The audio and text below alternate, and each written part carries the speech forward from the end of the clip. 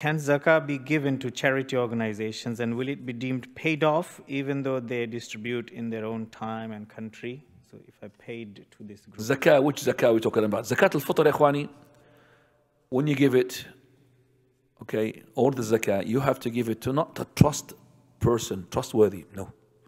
He has to be knowledgeable. Knowledgeable before he trustworthy. These two are very good. That he's not a thief. He's not making money out of your money.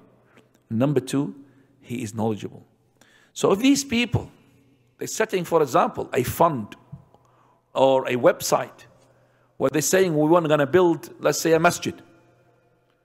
And people as well giving money for their Zakat-ul-Fitr to that masjid, it's not going to be acceptable. Because this is money for the masjid. If you have given money for the zakah, it's not going to be accepted. This masjid only from sadaqah, ya akhwani. Madrasa school is only from sadaqah. Zakah, it has to go into money to these people. They will do whatever they want. These people, this is not your right to decide which thing that you need to go and buy for that poor person. No, it has to be وَفِي أَمْوَالِهِمْ حَقٌّ مَعْلُومٌ لِلسَّائِلِ وَالْمَحْرُومِ. In their money there is haqq, a right, due right in your money. To whom it belongs to them. So that money which is zakah is not yours, it's theirs. They want to do whatever they like. If you knew they're going to be doing haram, buying cigarettes or something, then you would say to them, your money is with me. Whenever you want to do something, tell me and I'll buy it for you, because I don't want you to buy cigarettes with it. No problem. But you can't buy him without his consent, because it's his money. Okay. So, zakah, zakat-ul-fitr, all of that, you have to give it. And I could see it so many, it annoys me when some people who are even our brothers from our manhaj, they lump things like this and they get into chaos. And I give you a story of mine where with the first year we collected Zakat-ul-Fitr, that's back in the 1989.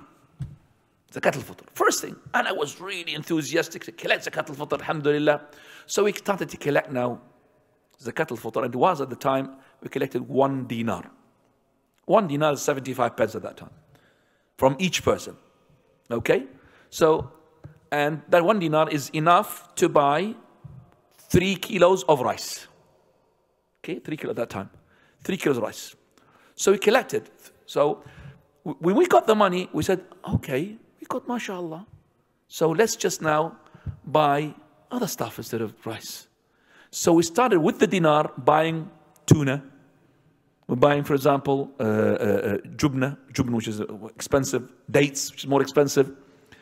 So the amount that we bought, it does not reflect the amount of kilos, which is coordinating with the people who had paid. Because let's say we had, just make a small number, 10 people.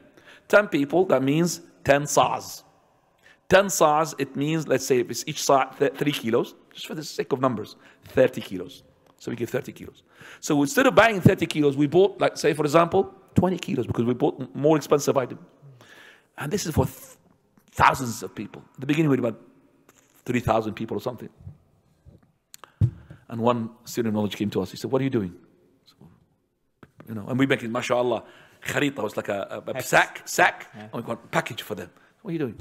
Is that from the sadaqah or from Zakat-ul-Fitr? MashaAllah. Did you get how many people? He said, what? Told them how many people. So, well, did you get how many kilos of the dry food? How much of dry food?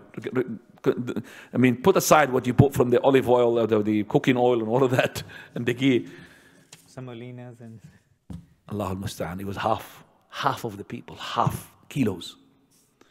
So he said, it's not correct. I asked the Shaykh al-Albani, wallahi, in person.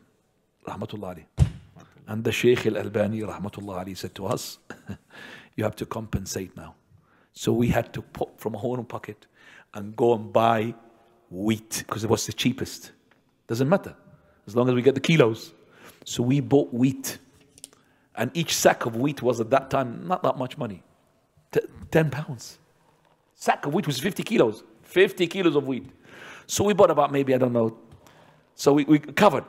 But we bought about maybe 10 sacks, which is 500 kilos. We covered alhamdulillah, the difference. But we said after that, well, we repent to Allah. We're not going to mess up. We have to be knowledgeable, ya akhwani, regarding this issue. Some people, they don't understand. They just collect, you're 3 pounds, you're 3 pounds. And I know maybe it's genuine. I know he's mashallah, tabarakallah, is in truth. But once he's not like this, don't give him his money. Don't give him. Don't, if he lumps his school, jami'ah, making masjid, and then, yeah, ikhwan, it's not correct. And he has to fear Allah, this person, because he's going to be questioned by his Lord. This is Zakat-ul-Fitr, has to be fitr. Just like we're not allowed to give the poor person on Eid-ul-Adha the money of the sacrificial. We have to sacrifice, isn't it? Nobody will say, it's a sacrificial cost these days, £100. I think the poor person will be happy with £100 on the sacrificing of that meat, and not all of it's going to go to him, some of his other people. Give him £100. No, you give him £100 from his sadaqah. The sacrifice is a symbol. Sharia, sha'r. ذَلِكَ وَمَنْ يُعَظِّمْ شَعَائِرَ.